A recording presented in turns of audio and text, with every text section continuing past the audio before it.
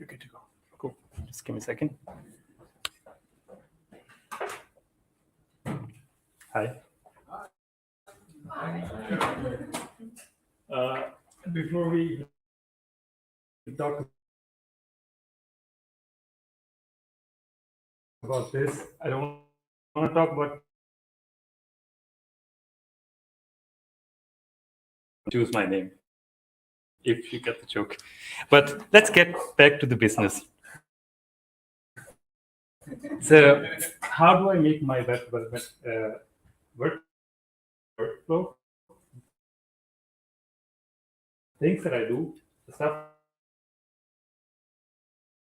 that I do, the tools that I take away the benefits that I get, and you can replicate the same stuff with your own choice of tools. That's what it is. So I've been actually developing websites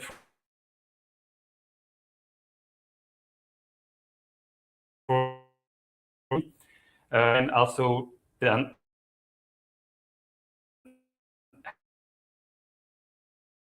back then there was a lot of tools not available that we have right now.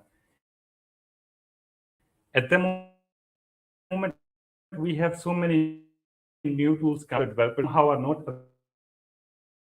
aware of those tools. Use somehow, sometimes I take them for granted. I've seen that's not the case, hence this talk. So when I actually start web development, first stage for me actually is brainstorming and gathering information. So I don't know if you have done freelancing or stuff, but even if you don't do freelancing or just start your own side project when it comes to web development,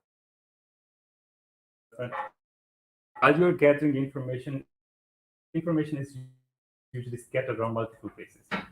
For instance, if you're working in a company, you want to start a project, you would have information in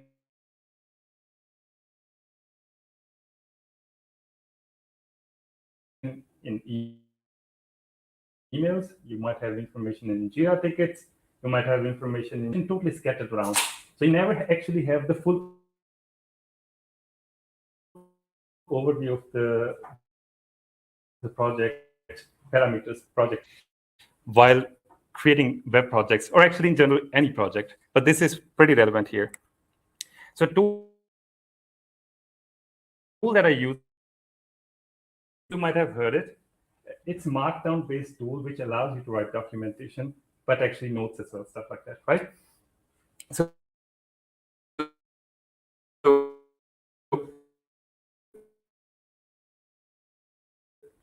it's free.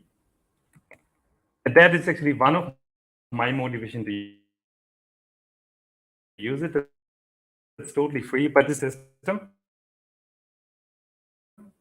meaning you can extend the whole workflow, the way you write documentation, the way you write notes and stuff like that.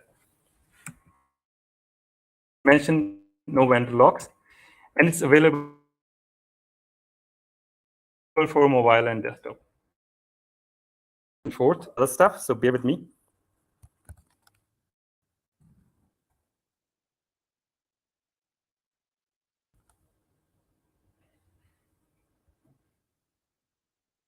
So you can see already Obsidian. This is how Obsidian look like. As you can see, I'm not going to do too much here, but just to explain a couple of stuff. It's markdown based and also using the directories to create categories here. So for instance, all of these are actually directories, normal folders.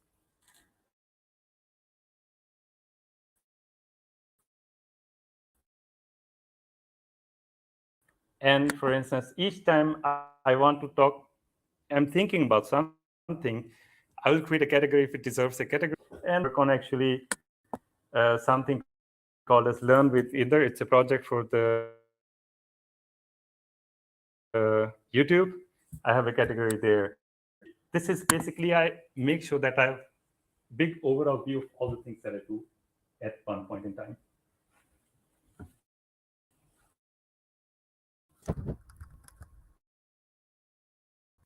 Now, other problem when it comes to brainstorming and getting information is that most of the time when you actually have ideas, you're not in front of computer. You might be walking somewhere, you might be having discussion with your friends. I don't know, you'll be somewhere else, actually not in front of computer. That's when you would have all the ideas and stuff. And actually, when I'm sitting in front of computer, that is what is happening to me, actually. I'm poking my head and thinking, something should come up now. Something should come up now. I've seen doing this kind of stuff. I don't know if you have used the same feature on WhatsApp, right? Messaging yourself, guilty as charged. I've been doing that a lot. But still, it's a great use of WhatsApp messages to yourself, but I think it's not the best way of doing this. The way I do it actually now is also still using Obsidian.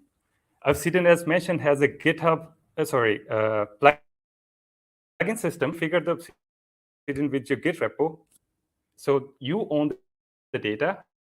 It's stored in your Git repo. So when you're working on the mobile, you type something, it gets saved to GitHub, and next time you go to your computer, you have the data. Simple as that.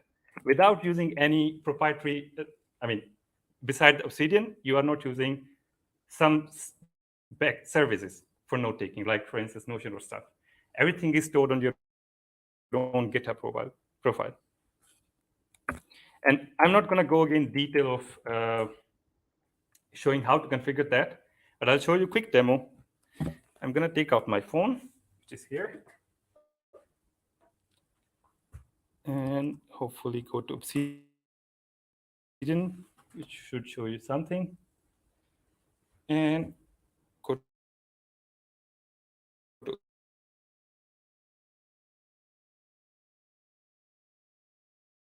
Obsidian on my phone, exact one.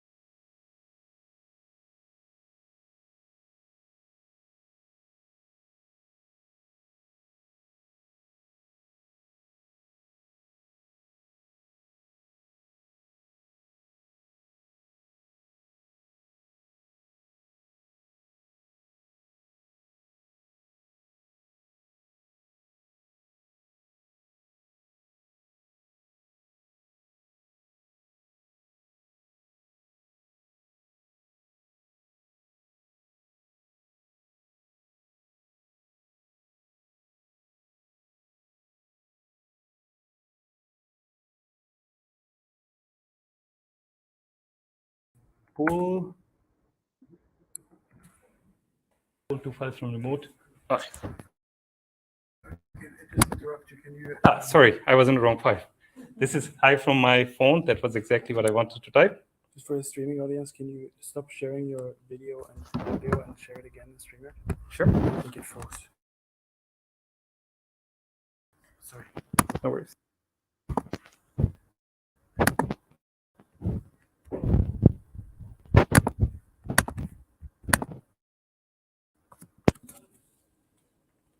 Let me try one more time now.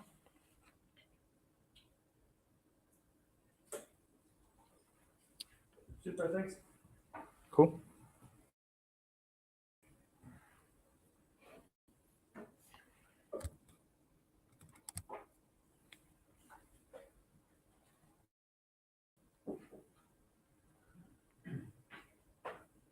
Now, one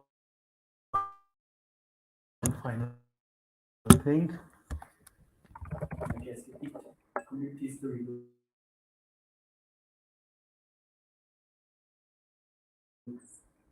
Crazy. All the way. Yes, it's crazy. That will confirm that this is from my phone. Let's get back to actual business.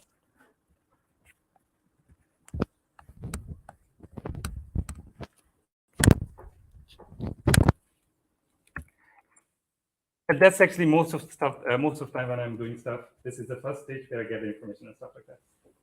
Next stage is actually the design.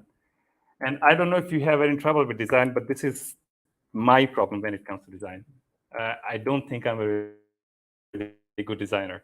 I think I have excellent development skills,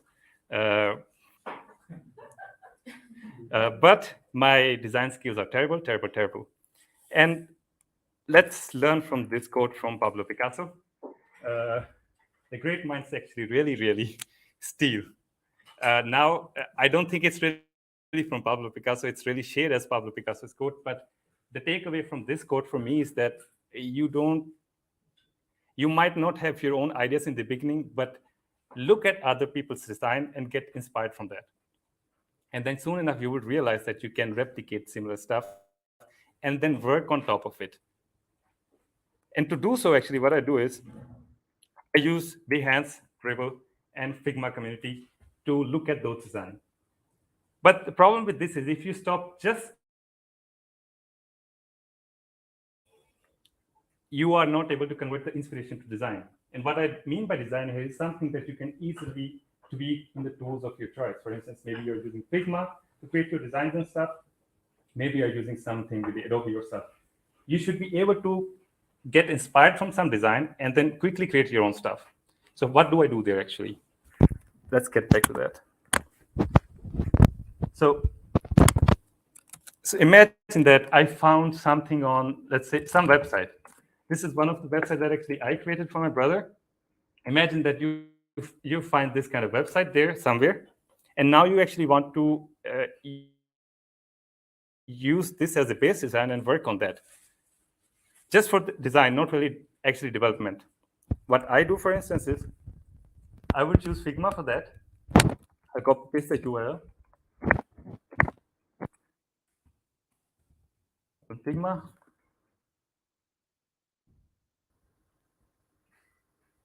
If it works.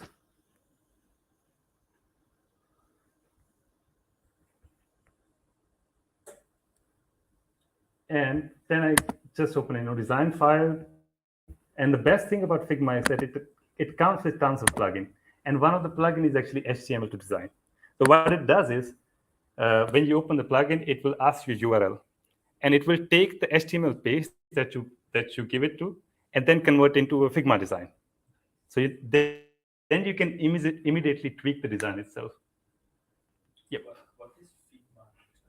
Sorry? What is Figma on its own? What is Figma? Yeah. Figma is a design tool, something like Adobe XD or Illustration, you might have seen. These are the tools that most of designers actually use now to create web designs. And I mean literally graphic design. So you can do all sort of graphic design stuff there. And I bet you that one of the learning that I have recently is that we as a developer expect a lot of other people to understand our language, right? We want program managers, project managers to understand our stuff. I think one of my learning is that we as developers should also learn developers' terminology and stuff, and also a little bit about their tools, and Figma is one of them.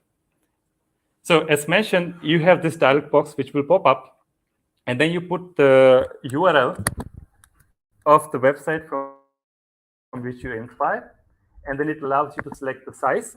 So it will create the mockup or design based on the size, based on the theme, for instance, and then you click import, and then now it's already importing the HTML itself. It's fetching the HTML and converting that to Figma design. You would see in a second.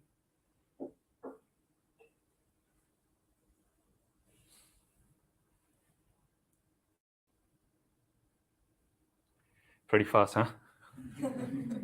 Good. So this feels like the perfect tool to use if you want to run a phishing campaign and want to spoof the login page of a bank or anything, right? Because you can make a pixel perfect replica. I see where your mind goes directly, right? Also security. Do you want to start a study group? I think internet here is not that good. Yeah. Are you on yellow? Actually, I switched to my own personal one. Ah. But you can see something in the background is actually happening. Yeah. Somehow really bit strange.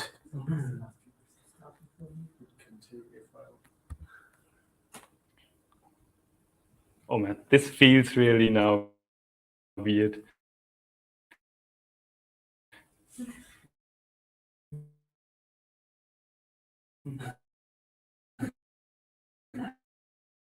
Just pretend it worked.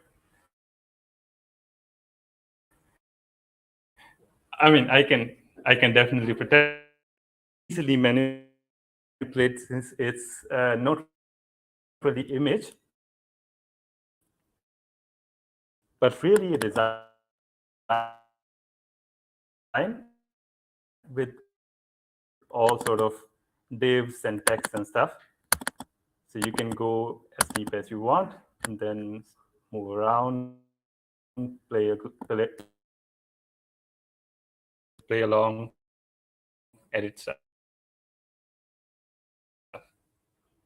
Cool.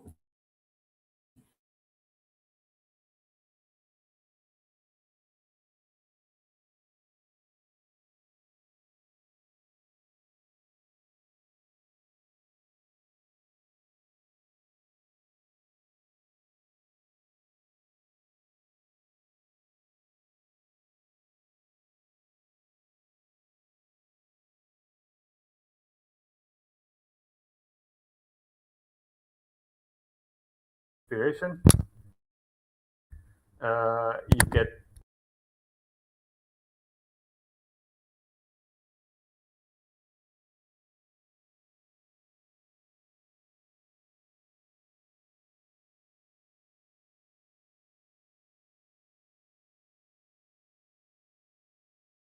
designer, I'm a developer. Why should I deal with this?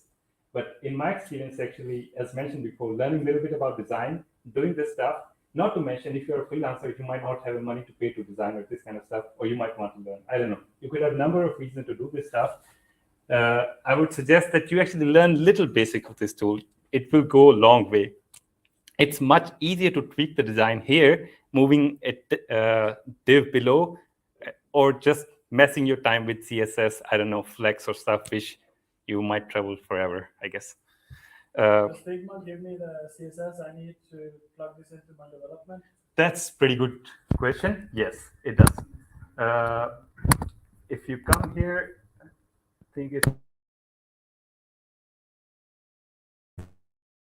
some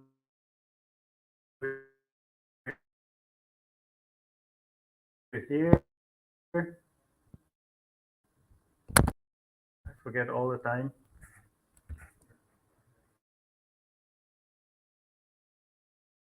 React component, then you can also do that kind of stuff. I'll again give you guys some stuff later on. Getting back to again my presentation, which is going to be difficult stuff forever. So this is basically what I do. So get the inspiration, convert that to design. Demo already done. Other tool that I use is, have you heard of this tool? No. So one of the problems that I also face is that pretty bad with colors. I don't know which matches with what. And this tool, this exact tool actually would help you to do this kind of stuff.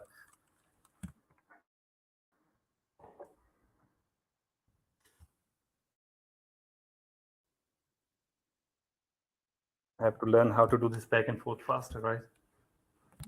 So this tool, you're working on your new project, you want to know the colors. Just go to this website. Hopefully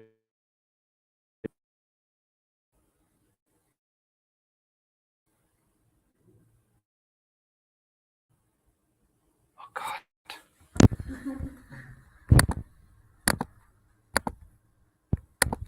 Nevertheless, it gives you 5 colors in a palette. And the idea is that you can always lock one color. Imagine that you get a list of colors, for instance, like that. I want to, for instance, I think that I would pick this color already. I select or lock this color already, then hit space, generates a new list of colors, rest of the 4 colors now. And then imagine I keep selecting and locking the colors, and then keep generating until I get the palette of my choice.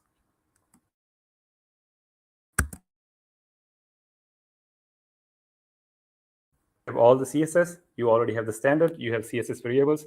You never again have to use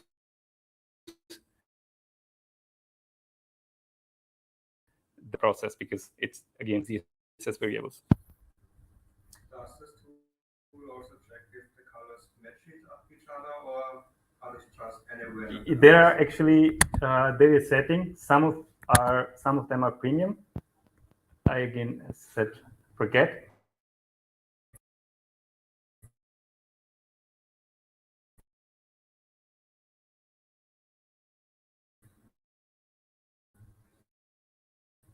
Yeah, again, this one of them is pro feature, which unfortunately you can't use, but by default it definitely matches somewhat that the color matches with the other one. Yeah. You can use the Adobe color wheel as alternative to matching colors to check which colors fit together. The next thing actually I do many times is once you have the color palette selected, you might have noticed that when you're using a website, there is not just one shade of color. There are multiple shades of color, right? And how do you actually get all those colors? This is another problem I faced as a developer. So what I do basically is imagine that I want to use this color and generate the shades for that color. I use still Figma for that. What I would do is basically open the Figma file where I have the design, whatever design I have, and then use another plugin from the Figma, which is literally called as color sheets. So use the plugin, it will show up again some pop-up where you actually would have to enter the color hex code. Should show up soon. And then it generates 5 lighter shades of that color and 5 darker shades of the color, basically. Like that. So you plug in the color that you want, and then you have 5 lighter and 5 darker shades. And you click on create. And not only just have the color, you also have it documented because it's in your Figma file. And that's how I generate my shades. The next thing on the slide is actually illustrations. Many times you're working on the design part of your website. I don't know how you feel, but for me, using any illustration tool is almost impossible. I use always mouse. I'm not really that good with the toolings for illustrations, and it's impossible to create illustration with design with the mouse. So what do I do actually? There is a website called as andra.com, andra.co. I don't know if you have used that. This has a search bar on the website where you can type the reason why you need an illustration. So for instance, if I go to browse now, it should give me a search bar. And then I can search the exact reason why I need some illustration for my website for some other project. I don't know. I'm brainstorming. And then I get the illustration. The coolest thing about this is that not only you can actually change the color. So for instance, you have select, you go there, you paste the primary color, and all of a sudden you have illustration based on the primary color that you chose. So it's really that easy to generate the illustration for your project.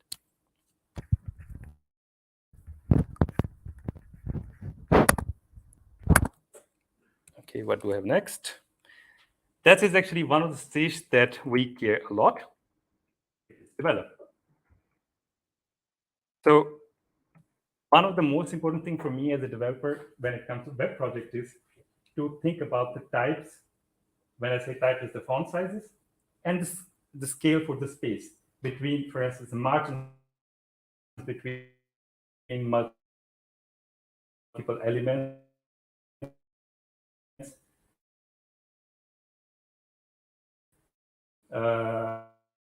Pairing this tool, I think my productivity, but also the cohesiveness in my design increased suddenly. A tool is called utopia.fii. What it does is it actually gives you a fluid system for types and also for the spaces. Let's quickly check how it does it.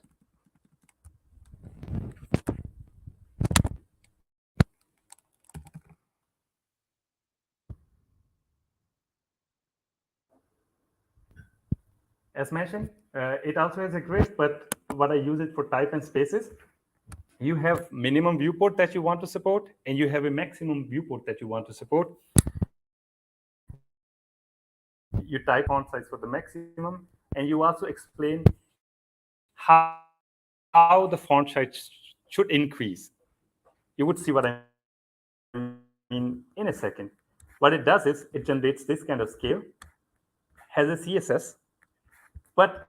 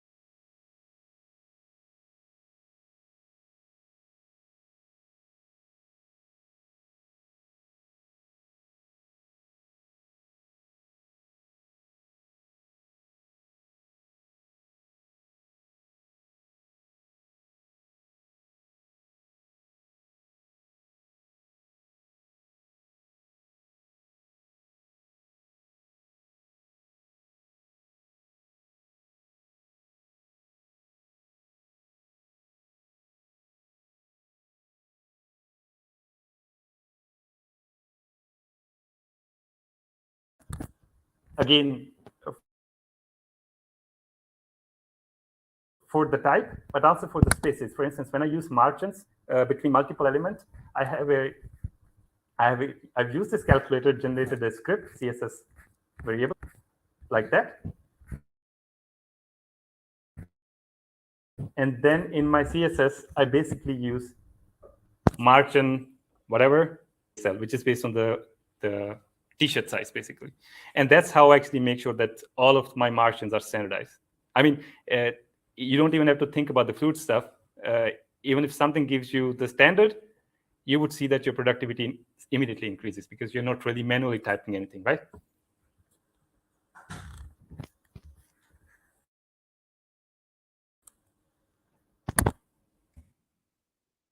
And next thing, again, not in any linear way in the sequence of my workflow, but I use browser for actually taking screenshots. Now, you might wonder why the heck I do that. There are multiple reasons. First of all, you don't have to fiddle around cropping the screenshot that you have done with, I don't know, whatever tool that you use. But other thing is, browser has some default features that you can use that you probably can't use with other tools. Let's go back again to the website. Imagine that I want to take a screenshot of this page. I can just, this is the Chrome tip, but there is also option to do this in the Firefox. You open the developer, not the printer.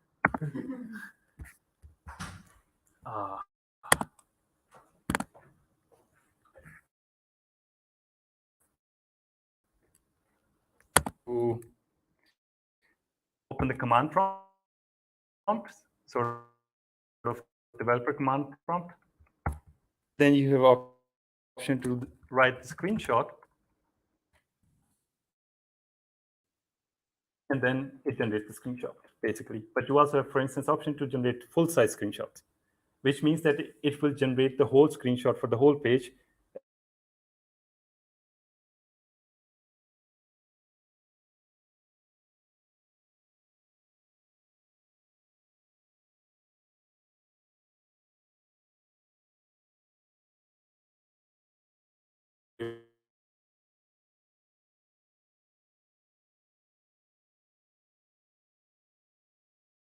on the landing page, I don't know, maybe landing page for the mobile app, and you want to generate a screenshot with the frame of any phone or stuff, right? You can also do this within the browser. Pretty sure iPhone, maybe XR, or one of them is supported. What you have to do is come here, show device frame. I don't know. So this is again one of the issues with this thing. Not all the devices have actually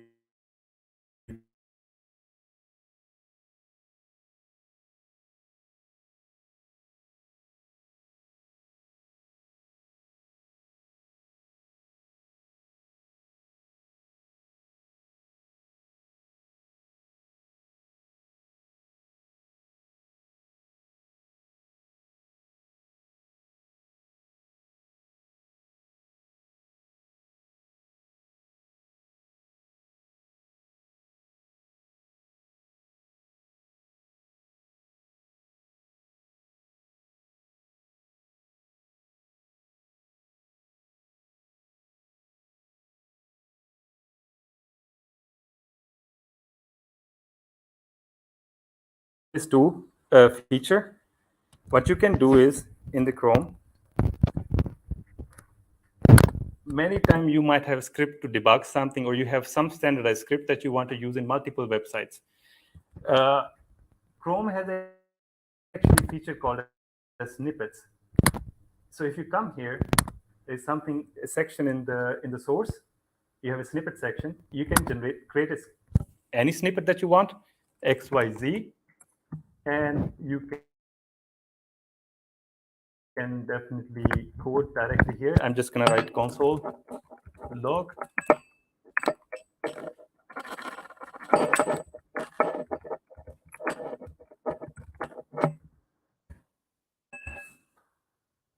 Hit Control Save, and actually that's how you have the snippet. There's an option to run it somewhere. Doesn't show me because of the width. Right-clicking on it should give me run, and then it runs a snippet. So you can have multiple snippets within the browser if you want, and then you can exit right away. You don't have to do copy paste from your editor and stuff like that. That's one feature I use a lot.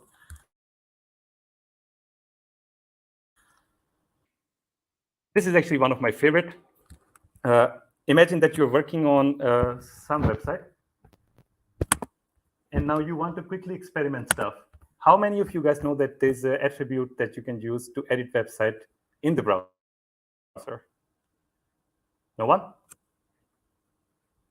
It's called as content editable. And what you have to do is basically you go inspect, and then in the browser, in the body, you just type content editable.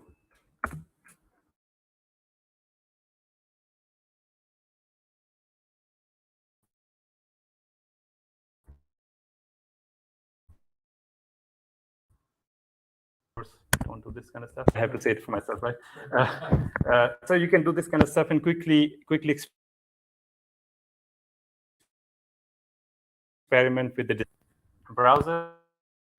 Both Firefox and Chromium-based browser also have this feature where you actually run a command in console, provided it loads.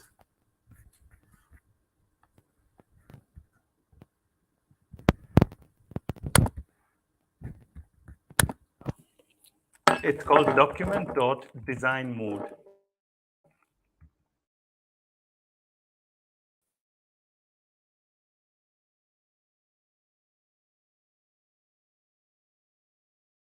And you have exactly the same thing without change. You can do that.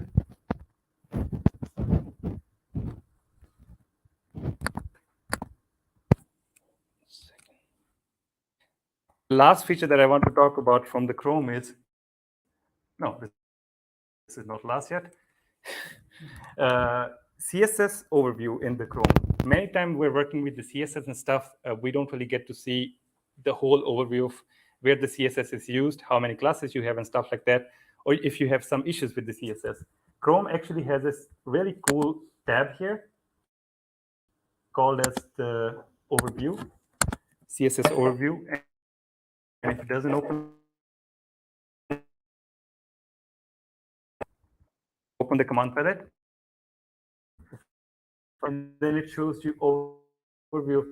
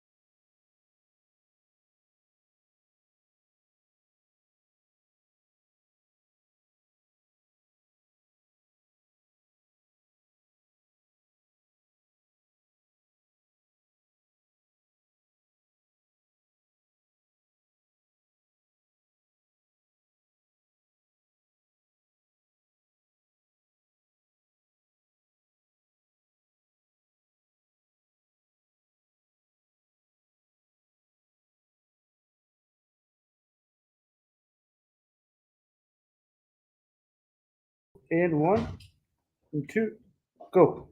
All right. Thanks for sticking around for a second talk, although this is called API first. Thanks. Keep it. All right. So now we've seen how to do web development, front-end development. This will be mostly about back-end development because I think the API first approach is the best approach to build anything that is discoverable or consumable through REST APIs.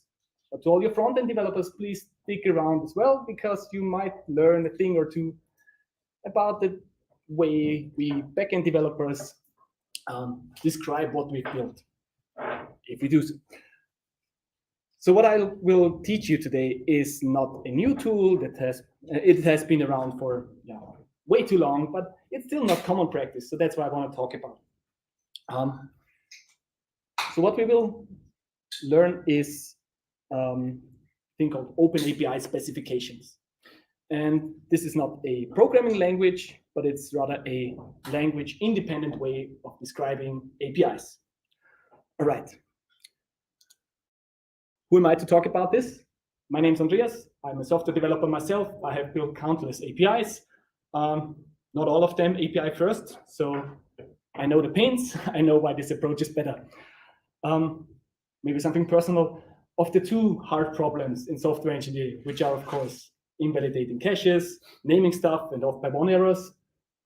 Naming is my favorite one, which is why I like to design APIs, because there you think a lot about how you name stuff. What I also like are things that are well documented and easy to understand. What I hate, however, are abbreviations. So if you hear any abbreviation today that you don't understand and I missed to explain, just raise your hand, point it out. And I think you should earn a ticket for it if you find one that I even don't know. All right. So let's get rid of the first abbreviation right away. Who knows what API stands for? It should be somebody. Please just shout it out. Interface is at the end, right? Exactly, thanks. The application programming interface. Super fancy word for the interface applications used to talk to each other. Not just your front end to your backend, but also backends to each other. And then, of course, the API specification is the fancy word for just the description of that API. And now, a not so hard step is an API first approach means you think about the description before you write the actual code. Thanks for for coming to my talk. Okay. Why would we do the description first? Feels like a waste of time, right? I mean, actually, you can generate that afterwards, just as we tend to write documentation after we build our code. But to me, this is actually a thing I do when I regularly write code as well. I don't directly jump into the implementation details, but if I write a new function, I think of the name first. Next, I think of what is the input to that function, and of course, what's the type of that input. So I really recommend you all to use types if you don't want to shoot yourself in the foot. And of course, I also think about what should be the result of my function. And this is what we call a signature of a function. And designing APIs is just the same thing, but on the REST layer. Okay. If you do the API first approach, you need to get your front-end and your back-end developers, should be two different teams or at least two different people, together on the same table. Talk to each other and make sure they have the same understanding of what are the data structures, the resources you want to talk about, to share. What is the information the front-end needs to render all that beautiful thing we just saw?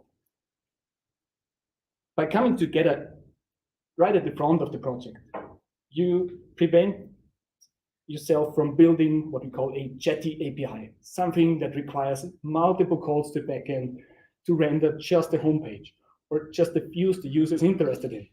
And then maybe if you're on a bad internet connection, as we seem to be today, you see the effects because every round trip costs time, also for the backend developers. you want to have one call, one interaction with the resources in the backend.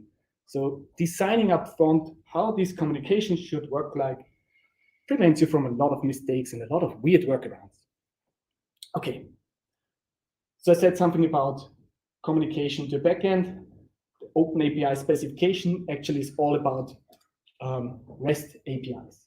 Next abbreviation. Okay, I spared you the hassle. REST stands for Representational State Transfer.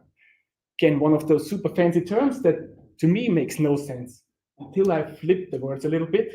What REST APIs are all about, I know that's still quite a mouthful, is the transfer of the representation of the state of some resource. Okay, again, resources, pieces of data in a database maybe, or some other kind of storage we're interested in.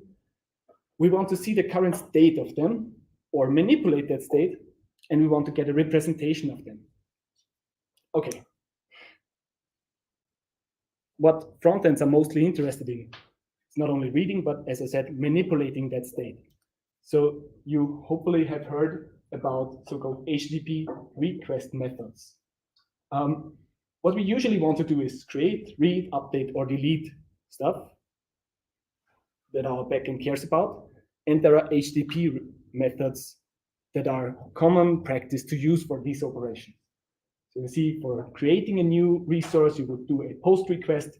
Client sends along some payload. For just reading, you use a GET request.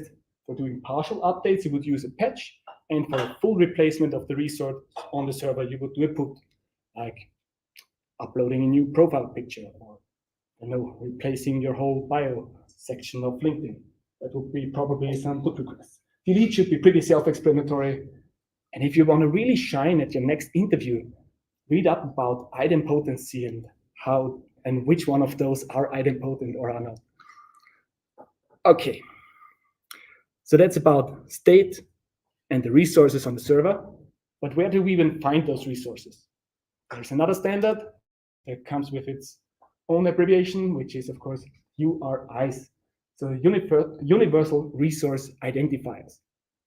Those are kind of like the address to your resources. And they come in the shape of a protocol or a schema that's kind of the modality. How do I get to the server I want to get to? This case, of course, and I hope you all use this by now, it's 2023. We skipped the part about how to get your own SSL certificate in the previous talk, but there are free ways to get yours. By all means, use HTTPS. But where do we want to go to? This is where the host name comes in. And what bugs me a little bit about that is it's the wrong way around, because we end with the top level, like .com, then comes the actual host name, and then we have on the front the subdomain. Actually, there can be multiple. So this should actually be the other way around. But who cares? Now it's a standard. Now we have to live with it. Yes, I could have put in the freeCodeCamp, but now it's a shameless plug for my own website. Sorry for that. Then you could have a port, but the protocol also defines a standard port, so we don't need to specify that. But at least now we know the address of, let's think about a physical server, even though it's in this case a GitHub page. How do we now locate a resource on that server? Well, this is done by the path segment. Of course, there can be multiple of those, and they can also be variable at some parts. And I'm just showing you these things because they will all come up in the OpenAPI specification we will see later. And there's one more feature you should know about URIs. There is also query parameters. They come in the form of key value pairs. And what's nice about them in comparison to headers or your payload or any other way you would transmit data is if you do a bookmark of this URI, they would be stored as well. So they could be, for instance, a filter for the resource or a form input. So if you want to link somebody to a Google search input and you don't want to use let me Google that for you or any other tool, you can already send the link with the filled-in form by using query parameters. Okay, I said something about representation earlier, and there's also a mechanism to control that. That's called media types. Previously, they were known as MIME types. which stand for multi-purpose internet mail extensions. So you already hear that's quite old. Media types are just simple type/subtype, and they are controlled through the access control header. There are other headers, so the server can communicate to the client what they are able to offer, but this is the way your browser tells, or your client tells the server, this is the format I want to get. And you have probably seen this one, which tells that this random string of characters is not just any string of characters, it should be rendered as a HTML page. Or if there are images on there, some responses would return another string of characters that should be interpreted as a JPEG. But what we are interested in today for REST APIs that exchange data is mostly application JSON. All right.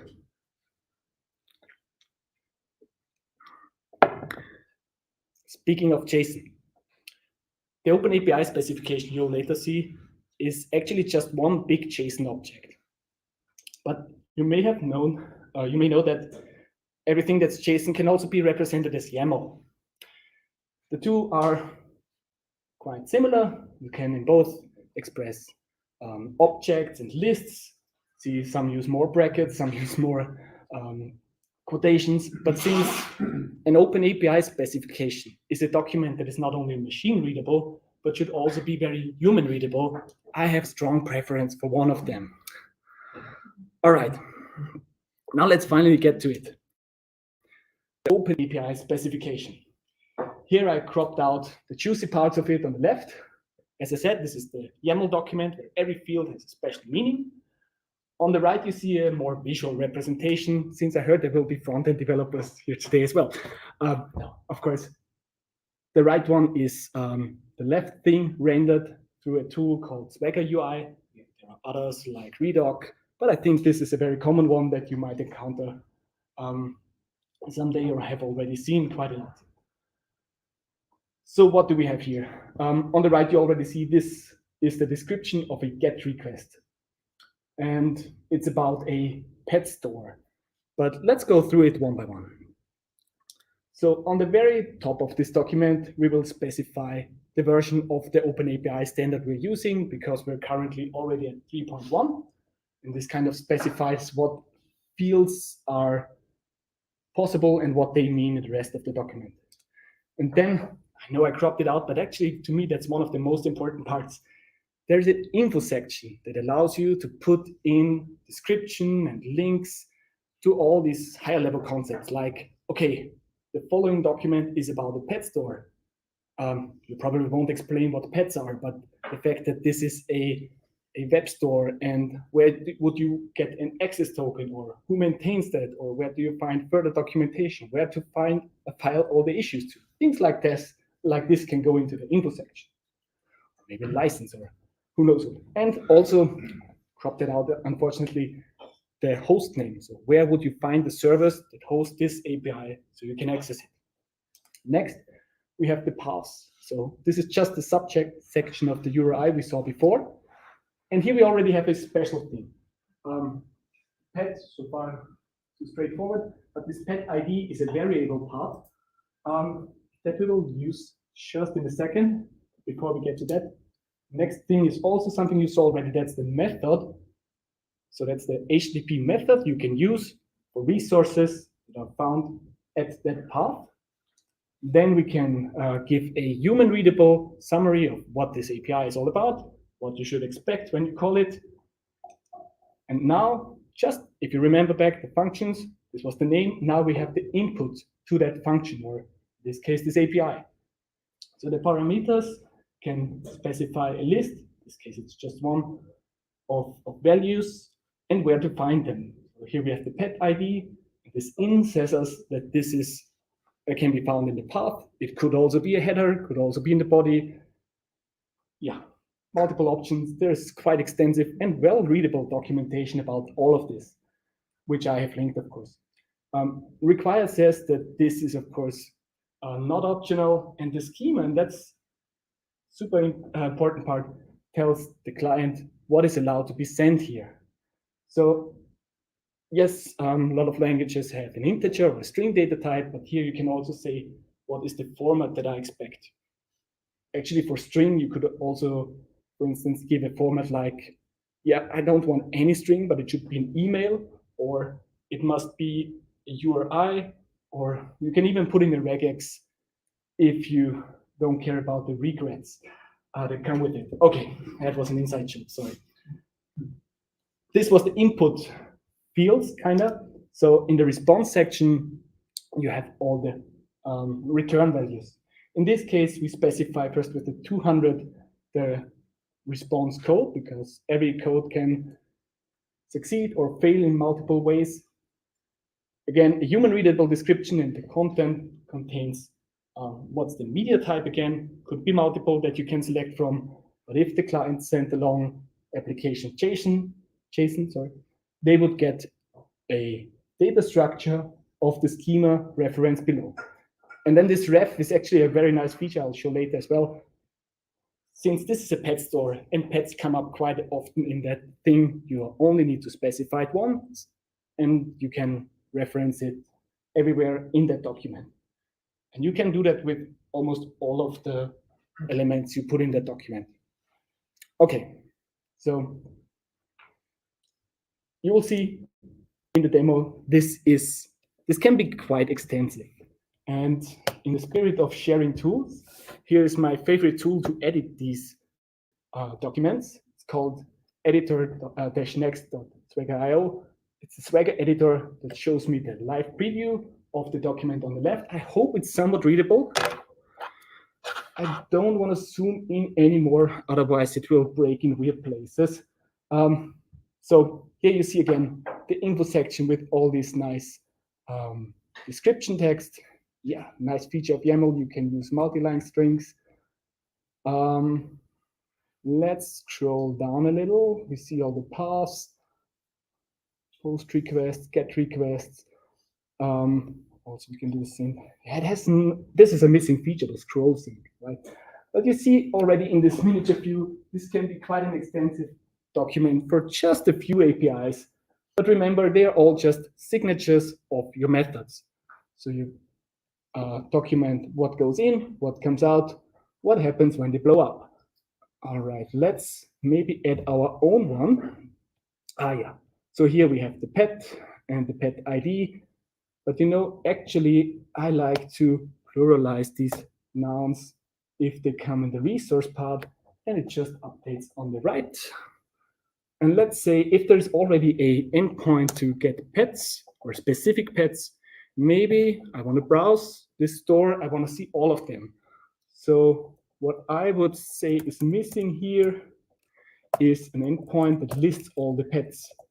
And I would do that or add that by just adding another path to it, specifying the method we would use to access this resource. So again, this would be a get, gets, of course. The tags are a thing that group these endpoints together. You saw it on the right. Like here you have everything about your pets, then the store, and things about the user. So nice way to organize this long list of endpoints that you would end up with. So let's put that as well in the pets section.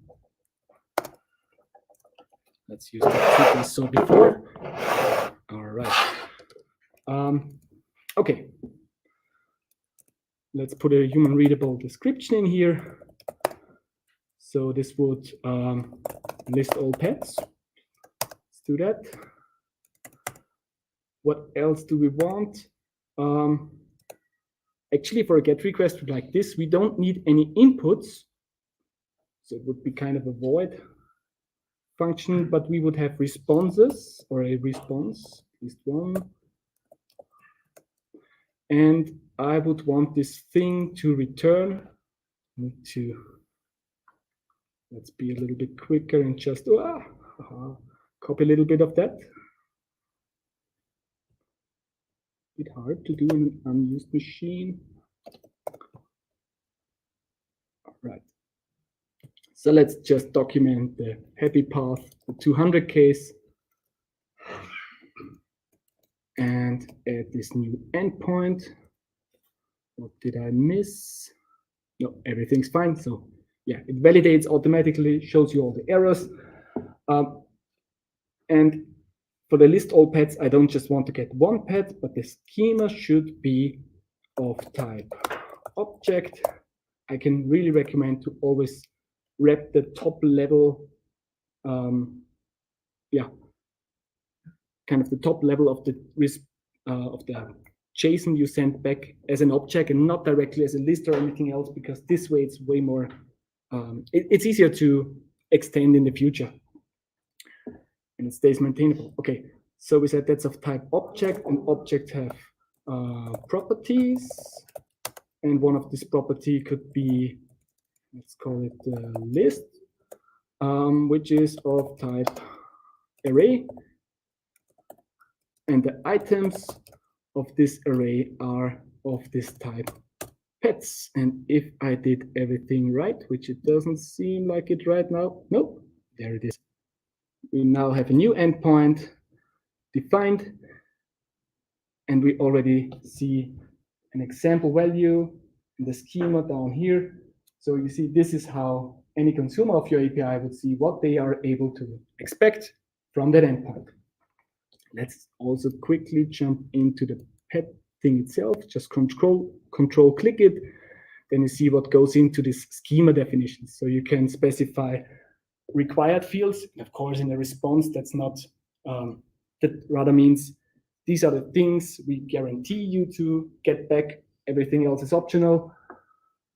You can see that you can use example values. This is really helpful if you want to get to make any sense of the responses and not just say, yeah, this ID is some string. But if you already give an example and show, actually, this looks like a UUID, the consumers will have a way easier time consuming your API.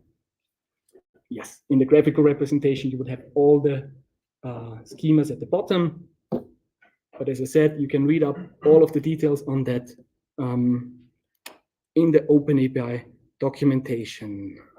All right, let's get back to the presentation. So now we've seen it's not that hard to write these documents. We know why we would write them at first, but what would we do with them now? Well, I said you could generate this OpenAPI specification out of your code, but you can also do it the other way around. And that's what I would recommend you to do. So you can actually also use that website I just showed, but there are other tools you can do, put in your build pipelines.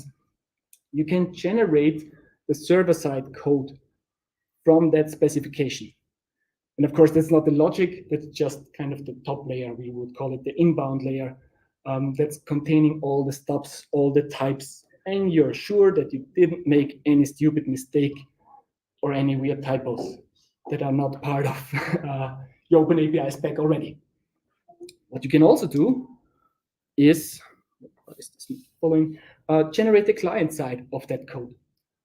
So again, you see multiple flavors. Anything that's kind of popular has its own generator from OpenAPI specs. And by generating both the server side and the client side, you are assured that both sides will fit together nicely and there will be no weird screw-ups because of, as I said, typos, wrong paths, different naming in fields or data types. But there's one more thing you can do. Maybe you have a backend developer like me who drinks way too much coffee every day and is just lagging behind the front-end team who now knows all these fancy tools and is just blazing fast. So they don't want to wait for me. But by having this contract, this OpenAPI specification, they can also, so more suspense, generate themselves a mock server that mocks my backend until it's finally ready. I just looked up one project, maybe not the best, but it worked. There are multiple projects that offer the same thing. What this one does I don't even try to pronounce that name. This OpenAPI mock container can consume an OpenAPI specification and expose a mock server locally. So that's exactly, yes? What does mock mean? Thanks a lot. So mock means a fake, a kind of stand-in server that mimics my backend. So you've seen in the OpenAPI specification, I could already give example values, or I said, this field will contain a number, this field will be a string, this will be of type email, this will be a URI. Since this is machine readable, you can generate a server that you can send requests to, like this one. So I can also show it live, but pretty much the same experience, trust me. I just loaded the OpenAPI spec we just saw. And if I make a request to the v3/pet, and then I give the ID, the pet ID 1, this is the response this server gave me back. Yes, it's not a real response, but the IDs are numbers, the names are strings, and if we would scroll down, we would see that even enum values would be like the pending state, the board state or something, they would be valid enum values. So if you were specific in your OpenAPI specification, the responses should be valid responses. And they should be enough to test your front end and see if all your wiring and everything is correct. So once your backend developer finally got to do their tickets and deploy their thing, now they know how fast it's able to do it, you can just swap out the server for the real one and have your applications combined. There's one more topic I want to touch on, and that's versioning. You have just seen this /v3 in there.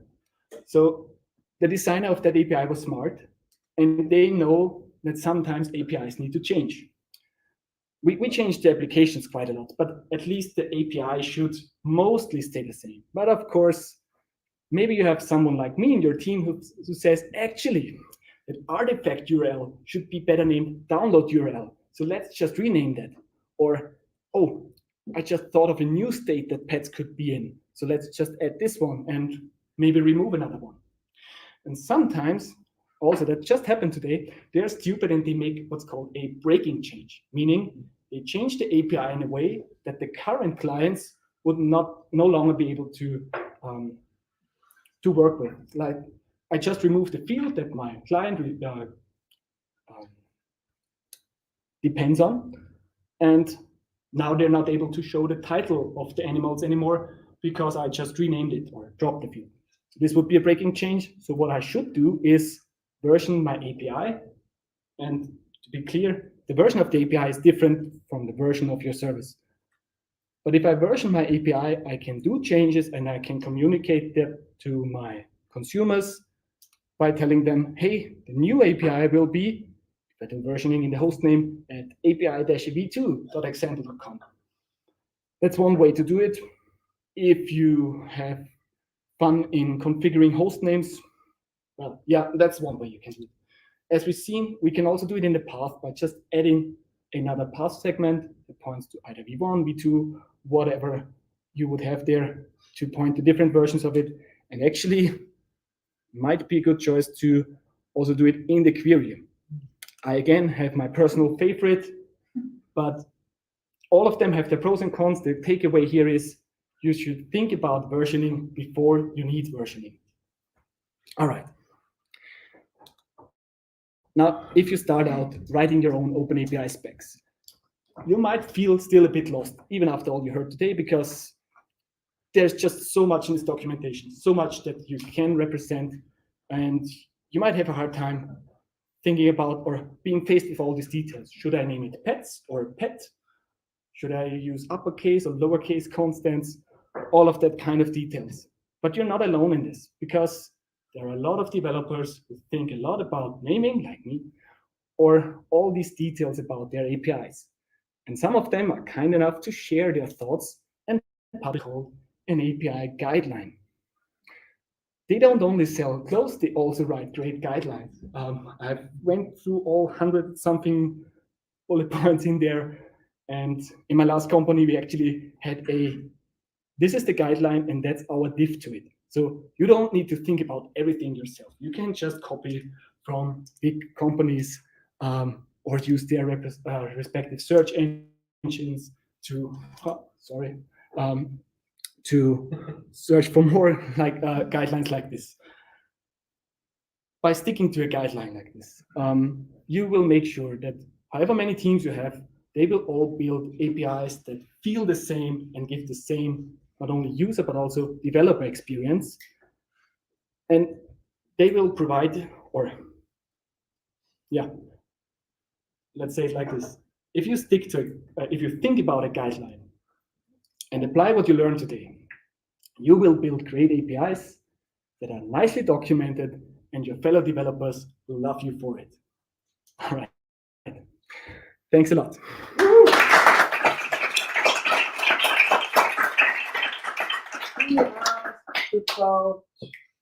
There was a question? Yes. Nobody asked what JPEG stands for. Does anybody know? JPEG? Yeah. Oh, that would have been a ticket. Inda, you know it? No, I don't know. A joint photographics expert. Okay, go ahead. No, I have one question now. Yes. When you mentioned generating clients to both backend and frontend, what kind of clients you can do? What I mean is basically on web, we have option to select fetch, because I think it's generating REST client, right? You can have TypeScript clients using fetch. You can have a flavor using Axios. Or is this your? Yeah, exactly. Yeah, actually, I tried out the Angular one, and it creates really Angular-esque a service, exactly, giving you an observable. You can even put in a field like, do I want to be notified about the progress or not? So actually, for beginners, that's a nice way to get into a new language. Yeah. Just use an API you already are familiar with. Let you see what the generator puts out. Or if you see a language or a popular framework that just popped up, or seems to be popular, and you want to earn some free fake internet points, that's your opportunity to shine and build another generator. Yes. How do you actually find an API? Let's say for me, for example, if I want to just check out an API, how do I find it? You mean any public API? To learn about it or see it, you know? I mean, Swappy? so. Is it called the Star Wars one? Swap is SWAPI? Swappy, REST, Rapid API, I think is one of the the Star Wars API.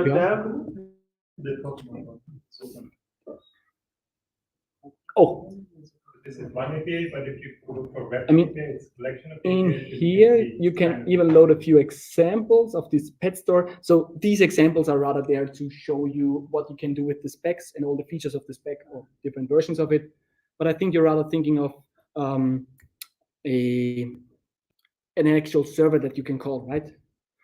So I think I know. I mean, very generally, you can choose any service that you are using, like, I don't know, GitHub, GitLab, maybe Google Docs, Facebook definitely, and just type in Google Facebook API, and you will probably find some definition, because almost every internet company has an API, even if it's only semi-public. Or you can also use the browser's network tab to see what your browser is doing, and then look at the requests there and see what are the calls.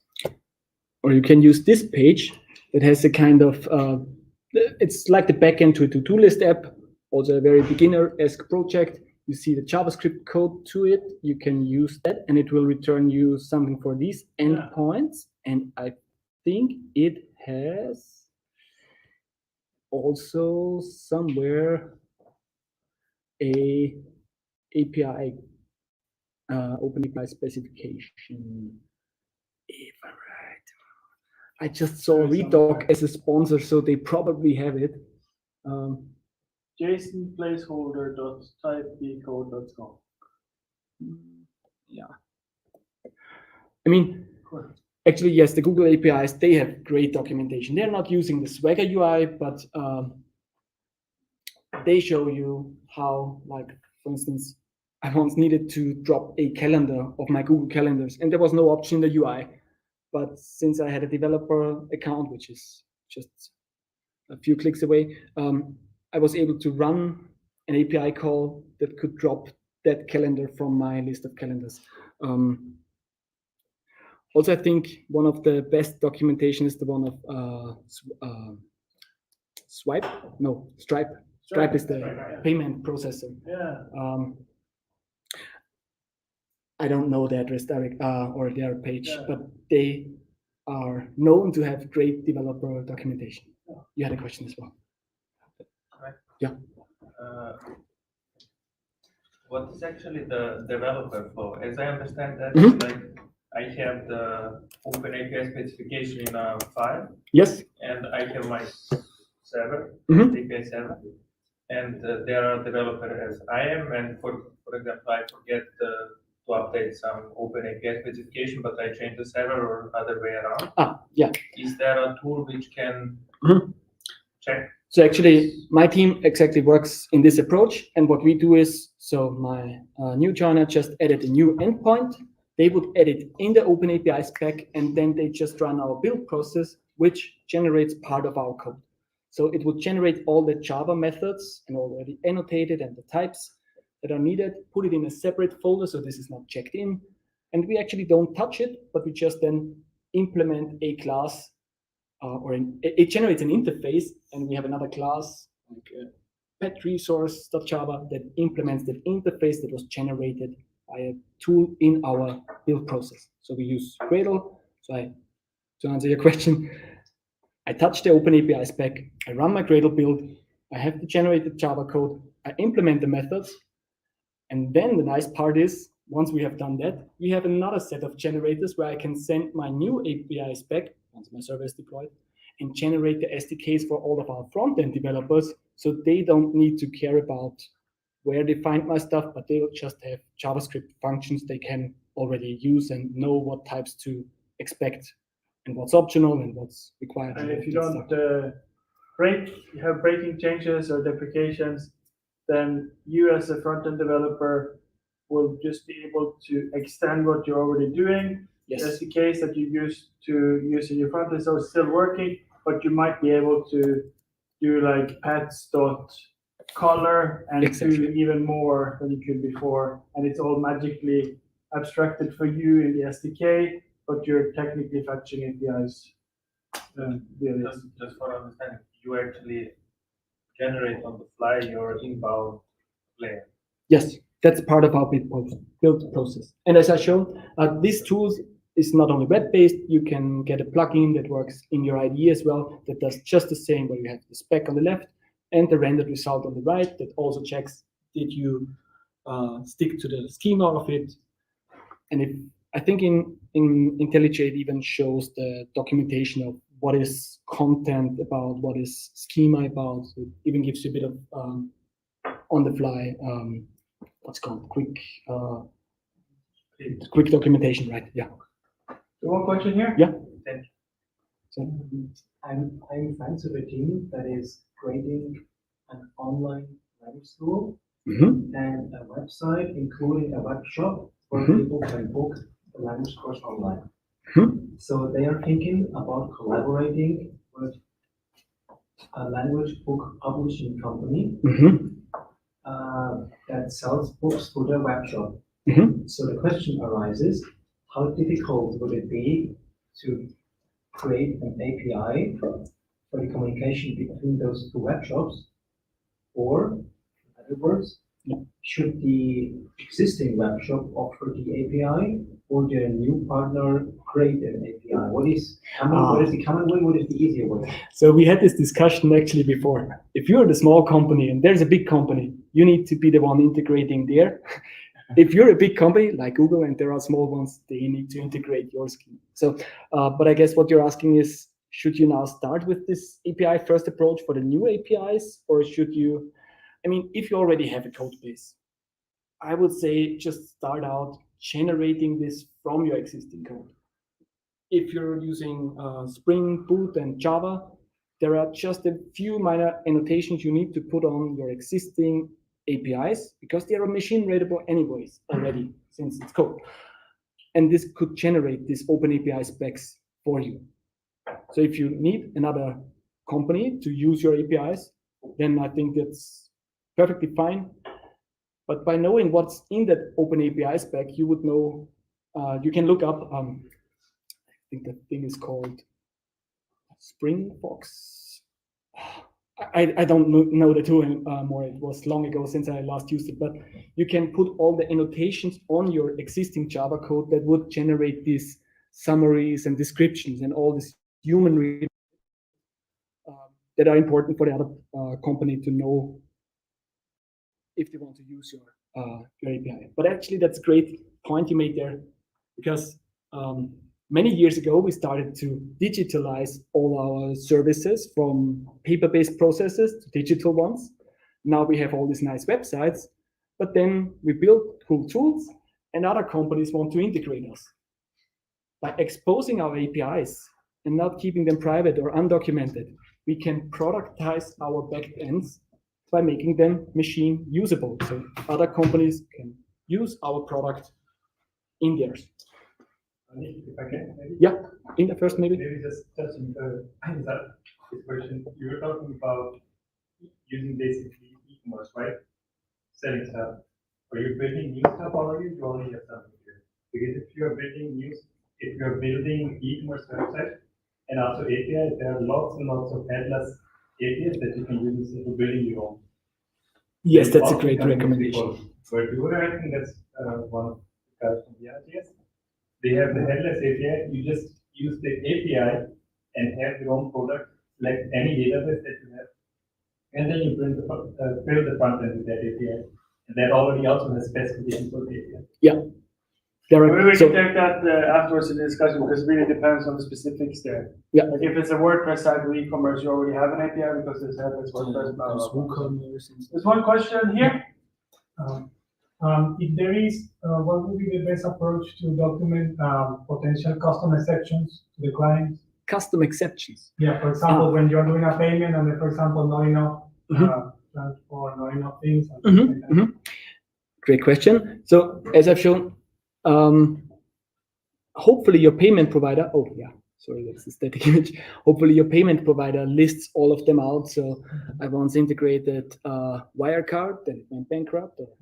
Then we integrated PayUnity, and they had a whole list of, these are all the error codes, and they grouped it to be somewhat close to the HTTP status codes. So you would want to, actually, I think you can even have multiple times the same status code and say 200 is a successful operation, but you get a 400 if it's an invalid tag, or you get a 404 if you put in an ID that it does not exist anymore, or you get a 503 if you cannot find the proxy we try to connect to, or 418 if it's a teapot and stuff like this. Okay, thank you. Maybe one last question here, and then I'm sure you can ask him after. Sure. You already have a ticket, no? Yeah. Okay. Yeah. How to fetch API from the backend to the front end? I know it's quite easy. Wait, from the backend to the front end? From the backend. This is where I would use a website. Okay. How to do the opposite? For example, I would like to build up the free fake shop, for example, API, to use it in future, but to let users come to the web page and fill out some products. And where could this API store? For example, you mean if the front end defines the API and then hands it over to the backend? It's like I would like to collect a lot of stuff instead of putting by myself. Let people do this job instead of me. I can give some. But you still need, maybe if I understand your question correct. If you just make a front end that has no back end, you would not be able to do what you want to do, if I understand your question correctly, because you haven't defined how you're going to collect what they fill in. So they will just fill in, click a button, nothing will happen because you're not sending that somewhere. But you could make it in the web page that it persists in that session, or somehow there's like index DB or whatever, but it will only be there for the user when he joins the site again, because it's stored locally in his browser until he reinstalls, or if the cache is away, it's only for him.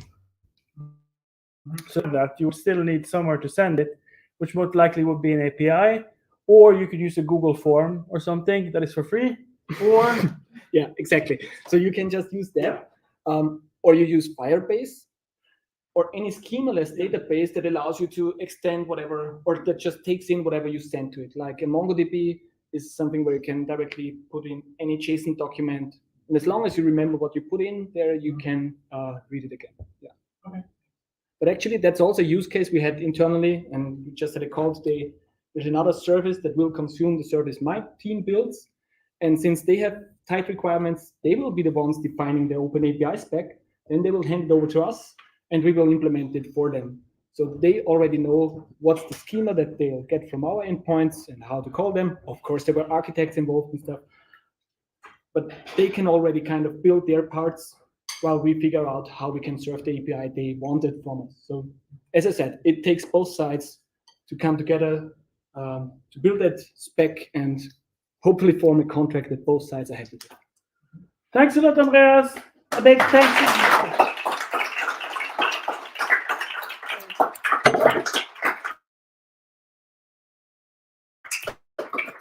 I'll just plug in my laptop and wait, stop any of the links. You can find them right here. But maybe step out, wait just a second if anybody wants to scan it, or just